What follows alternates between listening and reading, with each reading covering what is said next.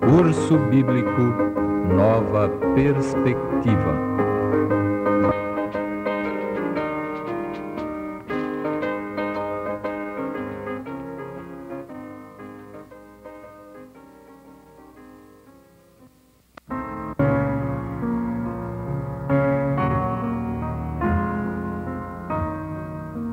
Aquele que nos deu ser o dom da vida e também quer dar-nos a vida eterna, tem colocado sinais ao longo do caminho para que possamos reconhecer qual é a senda verdadeira.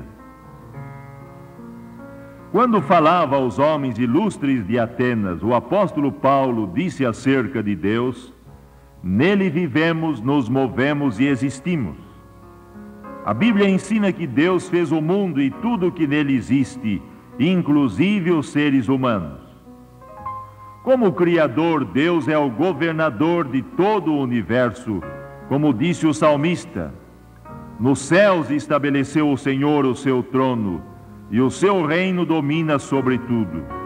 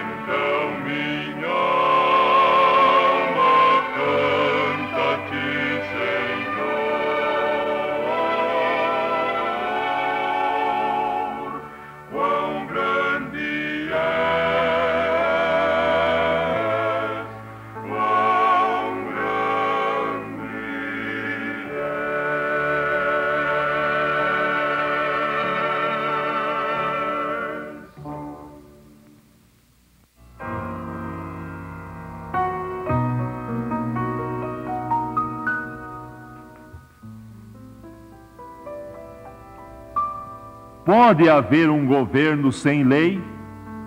A sociedade humana não poderia subsistir sem a existência de certos regulamentos que governam as relações, a conduta de seus membros. Quem já ouviu falar de algum jogo que não tenha regulamentos, ou de uma empresa sem estatutos? Imaginem o que aconteceria à decência, à segurança pública, à moral e à paz do mundo, se cada um fizesse o que bem entendesse, sem a restrição de leis. Pela mesma razão, este universo não poderia existir sem as leis de Deus para regê-lo. Sobre que princípios baseiam-se as leis do governo de Deus? Lemos em Salmos 89, versículo 14: Justiça e direito são o fundamento do teu trono, graça e verdade te precedem. Em Deus, amor e verdade, justiça e juízo não se separam. A palavra justiça significa fazer o que é justo, o que é direito. E o direito pode ser medido apenas por normas justas ou leis. A lei de Deus é uma transcrição do seu caráter. Por isso, sua lei deve ser como ele é. A lei é santa e o mandamento santo, justo e bom, porque sabemos que a lei é espiritual. Carta do apóstolo Paulo aos Romanos, capítulo 7, versículos 12 e 14. Deus é amor, e suas leis são leis de amor, santas, justas e boas. Foram feitas para dar felicidade e segurança aos seres humanos. Os que amam a Deus desejarão guardar as suas leis. Mas o que constitui a lei fundamental do governo de Deus? Os 10 mandamentos escritos no coração do homem ao ser criado, colocados nas mãos do homem pelo próprio Deus no Sinai, e demonstrados na vida de Jesus, de Belém ao Calvário. É a imutável e eterna lei de Deus. Nunca encontrei uma pessoa honesta que admitisse haver algum erro nos 10 mandamentos. As pessoas precisam compreender que os 10 mandamentos estão ainda em vigor. São as palavras proferidas pelo grande orador Moody. A palavra de Deus diz: as obras de suas mãos são verdade e justiça, fiéis todos os seus preceitos.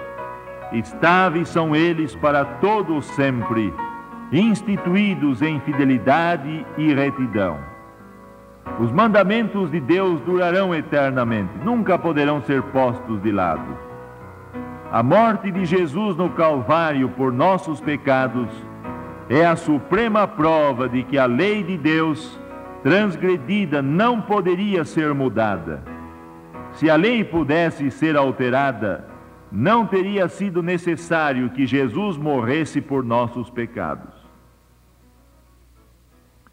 Os 10 mandamentos foram escritos em 2 tábuas de pedra.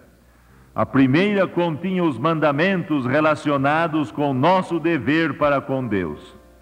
A segunda, os mandamentos relacionados com o nosso dever para com os nossos semelhantes. O renomado pregador Spurgeon disse a respeito dessas tábuas: se amas a Deus de todo o teu coração, deves observar a primeira tábua, e se amas a teu próximo como a ti mesmo, deves guardar a segunda tábua. A Bíblia nos diz que transgredir a lei é pecado, conforme o que está escrito na Epístola 1 do apóstolo São João, no capítulo 3, versículo 4. Todo aquele que pratica o pecado também transgride a lei, porque o pecado é a transgressão da lei. É impossível transgredir uma lei que não existe. Um motorista não pode passar com o sinal fechado se não existir sinal. Disse o apóstolo Paulo: onde não há lei, também não há transgressão. Mas Adão pecou, transgrediu a lei moral de Deus.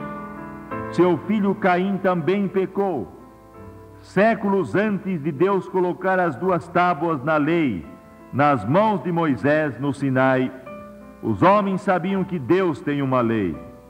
Lemos a respeito de Abraão: porque Abraão obedeceu a minha palavra e guardou os meus mandamentos, os meus preceitos, os meus estatutos e as minhas leis.